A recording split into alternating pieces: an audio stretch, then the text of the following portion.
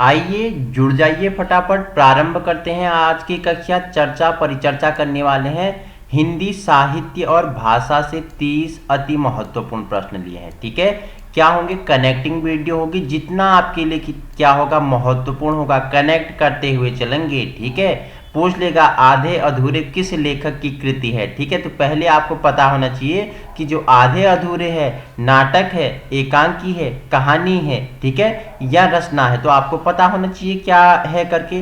तो पूरा कनेक्ट करते हुए चलेंगे। ठीक है, तो जुड़िए फटाफट सकारात्मक ऊर्जा के साथ, कॉपी कलम उठा लीजिए और नोट्स बनाते हुए चलना है। तो क्वेश्चन नंबर नेक्स्ट है आपके लिए 31, पूछ रहा है आधे अधूरे किस लेखक की कृति है। ठीक है, पहले तो मुझे बता दो कि आधे अधूरी उपन्यास है, नाटक है, एकांकी है, या कहानी है, या निबंध है, या अनुवाद है। ठीक है, बहुत अच्छा। तो आधे अधूरे क्या है? एक नाटक है। ठीक है, आधे अधूरे क्या है? नाटक है। तो किसके द्वारा लिखित नाटक है? धर्मवीर भारती, भीष्म साहिनी, मोहन राकेश, या राजेंद्र यादव। तो अगर आधे अधूरे की बात करें तो किसके साथ जाना है? ऑप्शन सी आपका राइट आंसर हो जाएगा। मोहन राकेश के द्वारा लिखित है ये। ठीक है, आधे अधूरी। ठीक है, वहीं इनकी और नाटक पूछ ले, आषाढ़ का एक दिन, बहुत बार पूछा गया है। आषाढ़ का एक दिन जो नाटक है, इसके लेखक कौन है? लहरों के राजहंस, पैर तले की जमीन हो गया। ठीक है, वहीं अधूरा कमलेश्वर ने पूरा किया है इसे। ठीक है, जो पैर तले की जमीन है ये अधूरा है, इसे किसने पूरा किया? कमलेश्वर ने पूरा किया। ठीक है, सिपाही की माँ, प्यालियां टूटती हैं, रात बीतने तक, छतरियां शायद हैं। तो ये किसके नाटक हैं? तो ये है मोहन राकेश की। ठीक है, वहीं इनकी प्रमुख उपन्यास है अंधेरे बंद कमरे की। आपसे पूछ ले कि अंधेरे बंद कमरे की जो प्रमुख क्या है उपन्यास है, किसकी है? ठीक है, तो किसकी है? तो आपको लगाना है अंधेरे बंद कमरे की किसकी है? मोहन राकेश की उपन्यास है। कब इनके द्वारा प्रकाशित हुई? 1971 में। ठीक है, 1971 में अंधेरे बंद कमरे की इनके द्वारा क्या होती है? प्रकाशित होती है। ठीक है, वहीं अंतराल 1972 में प्रकाशित होती है। न आने वाला कल 1968 में। कल नहीं आता बेटा, न आने वाला कल किसका उपन्यास है? मोहन राकेश की।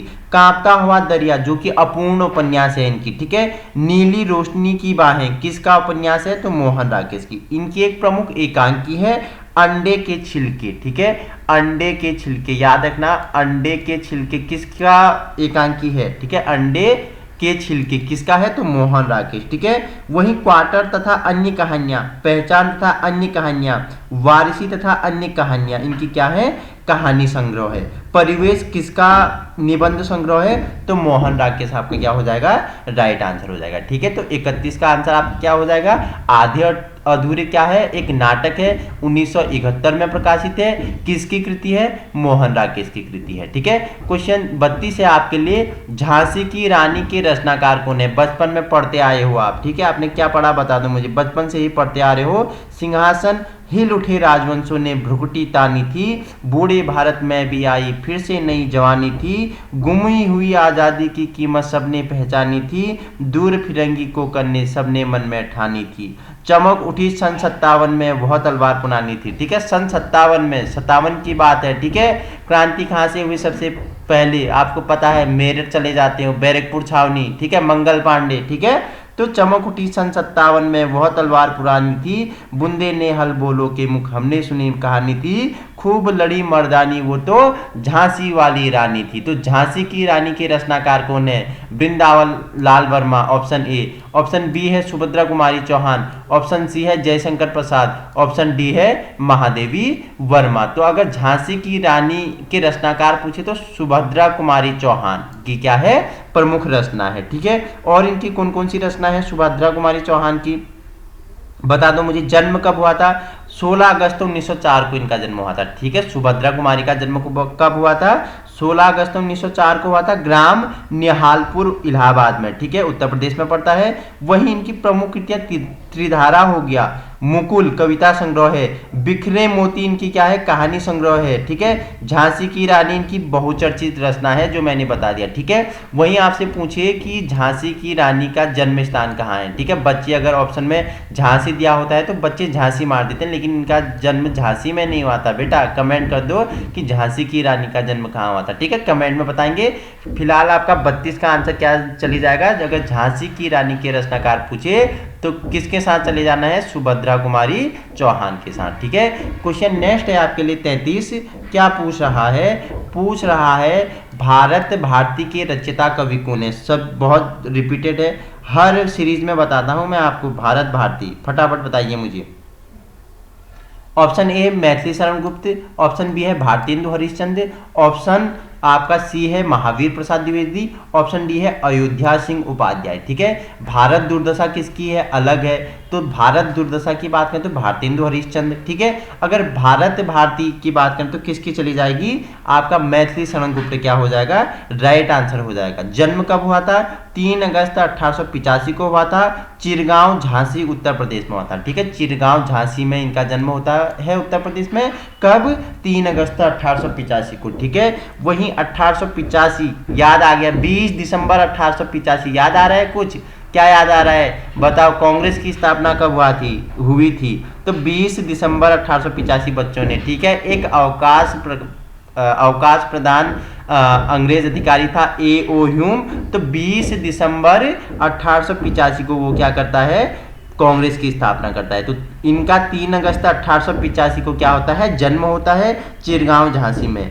और इनकी प्रमुख एक क्या है, कृति है, साकेत, यशोधरा, जयद्रथ व्रत हो गया, पंचवटी, अर्जुन विसर्जन, काबा और करबला किसकी है, साकेत बहुत बात पूछा गया है, साकेत किसकी कृति है, तो किसकी है, मैथिली शरण गुप्त की है, ठीक है। याद रखना VIMP है। वहीं आपका 33 का आंसर क्या चले जाएगा, अगर भारत भारती की रचयिता पूछे तो मैथिली शरण आपका क्या हो जाएगा, राइट आंसर हो जाएगा, ठीक है, याद रखना। क्वेश्चन नंबर आपके लिए 34 है, नूतन ब्रह्मचारी नाटक उपन्यास के लेखक कौन है। क्या बालकृष्ण भट्ट हैं, ठीक है, अयोध्या सिंह उपाध्याय हैं, लाला श्रीनिवास दास हैं, या सद्दाराम फिल्लोरी हैं। तो आपको बताना है नूतन ब्रह्मचारी नाटक के उपन्यासकार के लेखक कौन है। फटाफट आंसर करेंगे बच्चे, तो कौन है, आपका आंसर क्या चलेगा, ऑप्शन ए आपका राइट आंसर हो जाएगा, ठीक है, बालकृष्ण भट्ट, ठीक है। जन्म कब हुआ था, 3 जून 1844 को हुआ था, इलाहाबाद में हुआ था, उत्तर प्रदेश, ठीक है। पिता का नाम क्या था, पंडित वेणी प्रसाद था, ठीक है।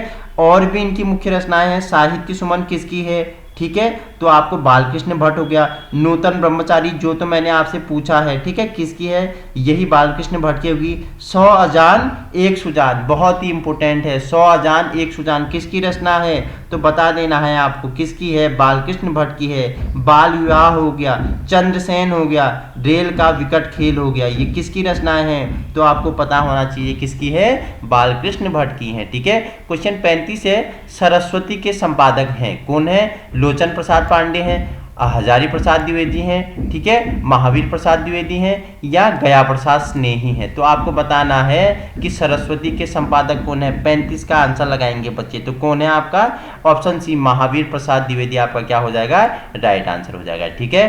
क्वेश्चन आपके लिए 36 है, भाषा से लिया है कि टेढ़ी खीर होना मुहावरे का क्या आशय है, बेटा बता दी, ठीक है। मुहावरा है टेढ़ी खीर होना, सरल कार्य का होना, ठीक है, कठिन कार्य का होना, निश्चित विजय और असमंजस्य की स्थिति। तो टेढ़ी खीर होने मुहावरे का क्या अर्थ होता है बेटा, बता फटाफट। ऑप्शन बी आपका क्या हो जाएगा, राइट आंसर हो जाएगा। अगर टेढ़ी खीर होना हो जाए तो कठिन कार्य का होना, ठीक है। अगर आप बोले आप तुमने कठिन कार्य नहीं किया तो आप उसके लिए शब्द क्या, टेढ़ी खीर होना प्रयोग कर सकते हो, मुहावरा है, ठीक है। मुनिवर में कौन सा समास है बेटा बता दे। ऑप्शन ए तत्पुरुष समास, ऑप्शन बी कर्मधारय, ऑप्शन सी अव्ययी भाव, ऑप्शन डी आपका क्या है, द्विगु समास। तो आपको मुनिवर में कौन सा समास है, मुनिवर में आपका बी राइट आंसर हो जाएगा, कर्मधारय समास होता है, ठीक है। 38 है आपके लिए, निर्मोह का संधि विच्छेद क्या होगा बेटा। ऑप्शन ए निहधन मोह होगा, ऑप्शन बी निहधन मोर होगा, ऑप्शन सी निर्धन मोह होगा, ऑप्शन डी निहधन मुह होगा। तो आपको बताना है निर्मोह का संधि विच्छेद क्या होगा। ऑप्शन 4 आपके पास है, तो ऑप्शन ए आपका क्या हो जाएगा, निहधन मोह बन के क्या होता है, निर्मोह होता है बेटा, ठीक है, याद रखना है। क्वेश्चन 39 है, खिलाड़ी में किस प्रत्यय का प्रयोग हुआ है बेटा? खिलाड़ी में किस प्रत्यय का प्रयोग हुआ है बता दो मुझे, फटाफट बता दो। आड़ी, ठीक है, आड़ी, खिलाड़ी, लाड़ी, आड़ी आ रहा है ना पीछे, तो ऑप्शन ए क्या हो जाएगा? खिलाड़ी में प्रत्यय पूछे तो क्या हो जाएगा? आड़ी आपका क्या हो जाएगा? प्रत्यय हो जाएगा, ठीक है। आड़ी प्रत्यय का क्या हुआ है? प्रयोग हो गया है, ठीक है। छद्म का विलोम बताइए बेटा। छद्म का विलोम व्यक्त होता है, सत्य होता है, निरंतर होता है। तो छद्म का विलोम क्या होता है? ऑप्शन ए आपका राइट हो जाएगा, व्यक्त होता है बेटा, ठीक है। व्यक्त क्या होता है? छद्म का विलोम होता है, ठीक है। आपके लिए 41 है, सही वर्तनी वाला रूप कौन सा है? ठीक है, चतुरंगनी है, ठीक है, चतुरंगिनी है, ठीक है, और चातुरंगिनी है या चतुरंगिनी है। तो आपको बताना है चतुरंगनी है या चतुरंगिनी है या चातुरंगिनी है या चतुरंगिनी है। तो शुद्ध वर्तनी कौन सा है बेटा? इसमें ऑप्शन बी राइट आंसर हो जाएगा बेटा, ठीक है, चतुरगिनी, ठीक है। चतुरंगिनी आपका क्या हो जाए? चतुरंगिनी आपका शुद्ध शब्द है, ठीक है। जल का पर्यायवाची बता दे बेटा मुझे। अम्ब होता है, तोय होता है, वरी होता है या ये सभी होते हैं? बता दो मुझे जल के पर्यायवाची फटाफट।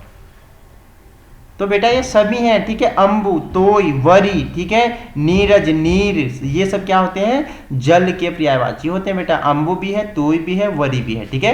क्वेश्चन नेक्स्ट है आपके लिए 43 कि संप्रदान कारक में को का प्रयोग किस अर्थ में होता है बेटा? मैंने बताया था, कारक वाली सीरीज आपको बताई है। कारक कितने होते हैं हिंदी में? बता दो मुझे।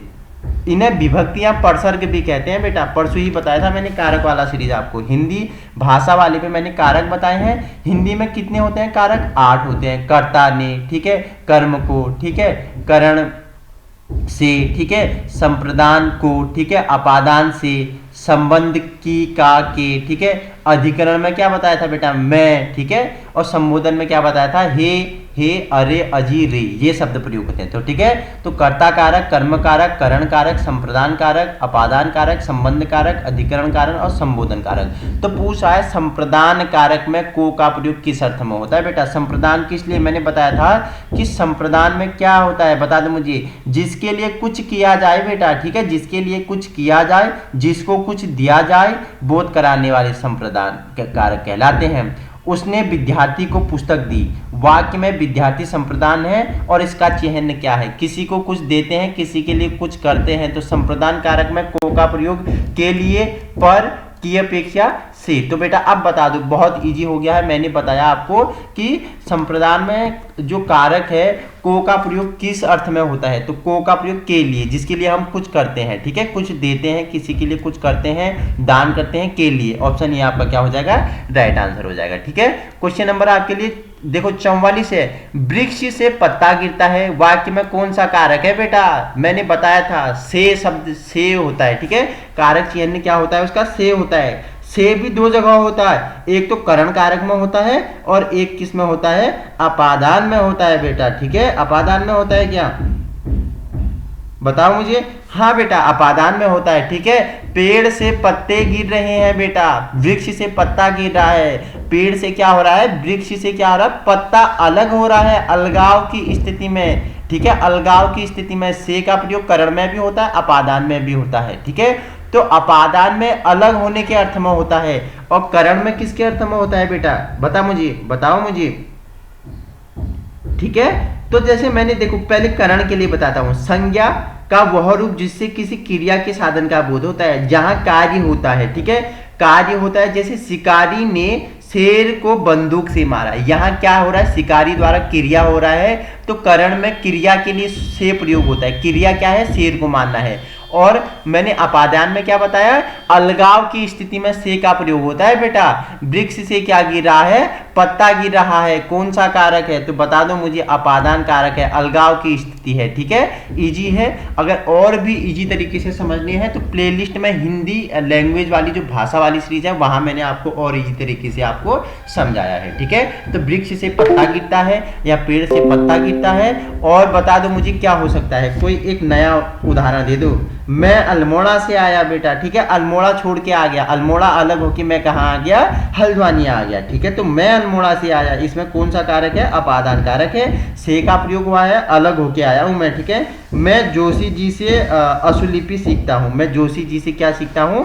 अशुलिपि सीखता हूं बेटा, ठीक है। तो अपादान कारक के ये क्या है? उदाहरण है। एक आप मुझे कमेंट में बताएंगे, ठीक है। क्वेश्चन नंबर 45 है आपके लिए, ए रमेश यहां आओ, इस वाक्य में कौन सा कारक है बेटा? अधिकरण कारक है, कर्ता कारक है, संबोधन कारक है, करण कारक है, ठीक है। ए रमेश इधर आओ, तो कौन सा कारक है बेटा? संबोधन है, ठीक है। ए रमेश यहां आओ, संबोधन कारक में मैंने आपको क्या बताया था बेटा, ठीक है।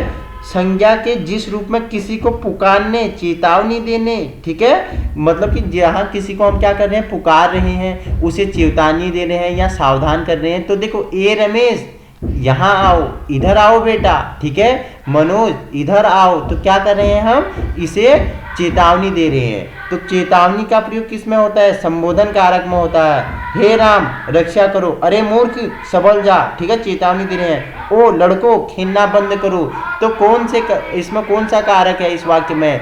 तो कौन सा कारक है? ऑप्शन सी आपका राइट आंसर हो जाएगा, संबोधन कारक हो जाएगा, ठीक है। संबोधन आपका राइट आंसर हो जाएगा। क्वेश्चन नंबर 46 है आपके लिए, पढ़ना कौशल से सबसे ज्यादा महत्वपूर्ण है, ठीक है। पढ़ना कौशल से सबसे ज्यादा महत्वपूर्ण क्या है?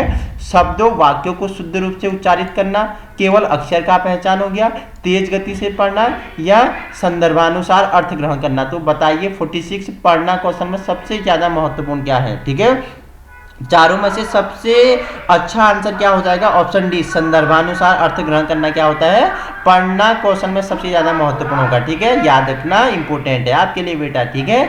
आपको पेडागोजी के क्वेश्चंस बता रहा हूं बेटा मैं अब, ठीक है। क्वेश्चन 47 है आपके लिए बेटा, निम्नलिखित में से कौन सी विधि रचना शिक्षण की विधि नहीं है बेटा? चित्र रचना विधि नहीं है, या शब्द प्रधान विधि नहीं है, सूत्र विधि नहीं है, या खेल विधि नहीं है। फटाफट 47 का आंसर करेंगे बच्चे, 47, ठीक है। निम्नलिखित में से कौन सी विधि रचना विधि की नहीं है? तो सूत्र विधि नहीं है बेटा, ऑप्शन सी आपका क्या हो जाएगा? राइट आंसर हो जाएगा, ठीक है। इस स्लाइड का अंतिम क्वेश्चन है 48, सुलेखा ने पाठ पढ़ते हुए जीवन को जिंदगी पढ़ा, ठीक है। सुलेखा क्या करती है? एक पाठ को पढ़ती है और जीवन को वो क्या पढ़ देती है? लिखा जीवन है लेकिन जीवन को जिंदगी पढ़ देती है बेटा, ठीक है। यह इस ओर संकेत करता है, किस ओर संकेत करता है? उसे अक्षरों की पहचान में भ्रम हो जाता है, ठीक है। उसे केवल पठन अभ्यास की बहुत आवश्यकता है, ठीक है। और सुलेखा ध्यान से नहीं पढ़ती है, ठीक है। वह अक्षर पहचान की बजाय अर्थ को समझते हुए पढ़ रही है बेटा। तो बता देना है मुझे क्या कर रही है? वह अक्षर पहचान की बजाय अर्थ को समझते हुए पढ़ रही है बेटा। जीवन बोले या जिंदगी बोले बेटा, वो उसने क्या किया? अर्थ के जो शब्द है उसके अर्थ को पहचाना और फिर पढ़ा बेटा। ऑप्शन डी आपका क्या हो जाएगा?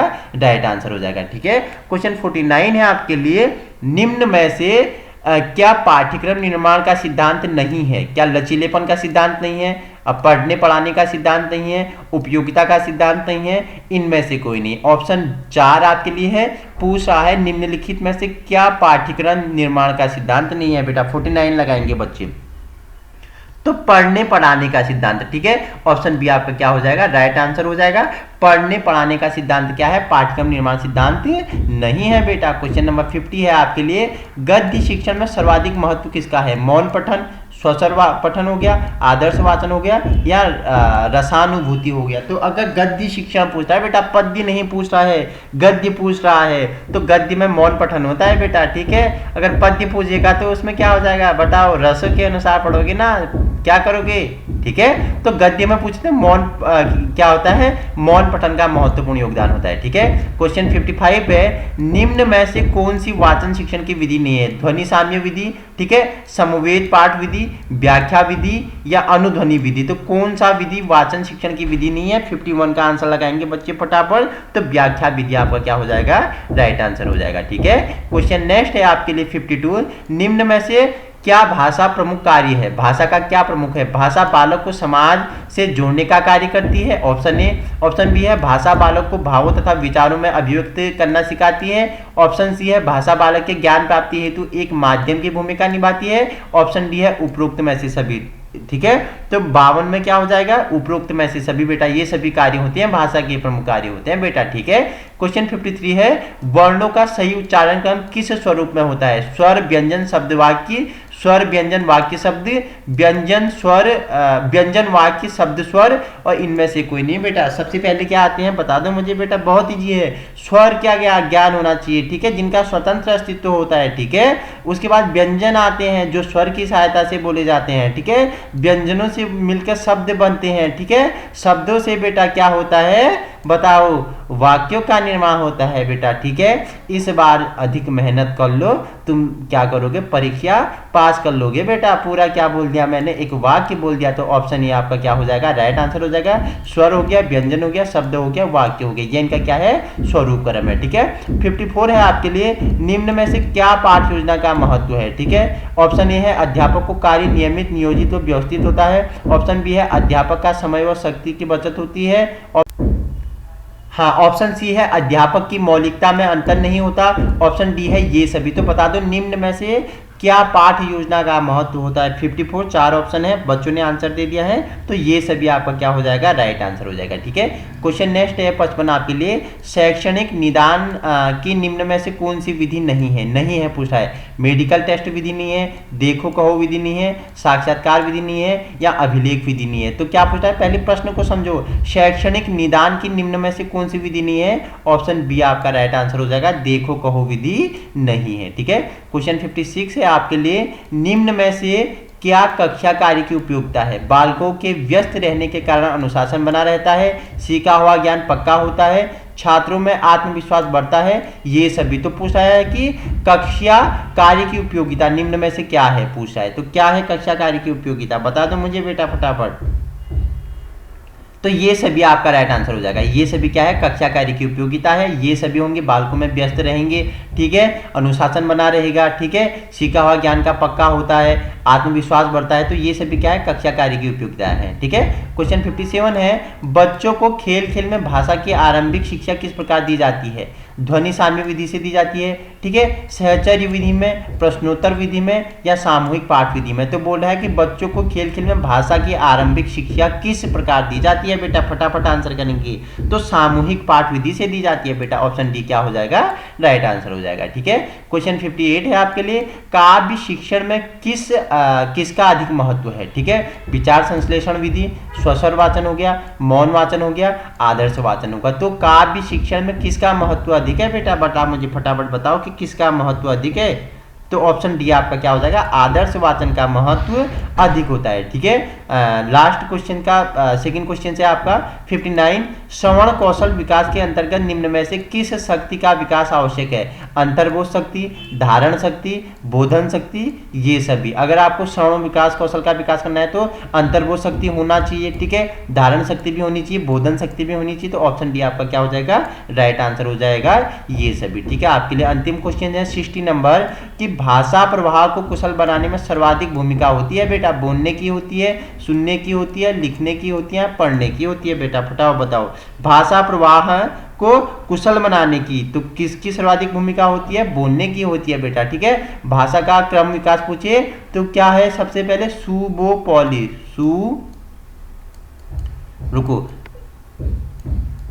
सुबोपॉली, ठीक है, सुबोपॉली, ये क्या है, इसका क्रम है, सु से सुनना, बो से बोलना, पौ से पढ़ना, लौ से लिखना, ठीक है। तो पहले सुनेंगे बच्चे, फिर बोलेंगे, फिर पढ़ेंगे, फिर लिखेंगे, ठीक है। तो पूछ रहा है भाषा प्रवाह में कुशल बनाने में सर्वाधिक भूमिका किसकी होती है, बोलने की होती है। तो हमने कितनी 60 महत्वपूर्ण क्वेश्चंस क्या कर लिए, कंप्लीट किए, पूरे व्याख्यात्मक रूप में चर्चा परिचर्चा की बेटा, ठीक है। प्रैक्टिस सेट है, सभी परीक्षाओं के लिए महत्वपूर्ण है। वहीं टेट एग्जाम के लिए क्या होगा, VIMP होगा, पेडागोजी टेट के लिए हो जाएगा।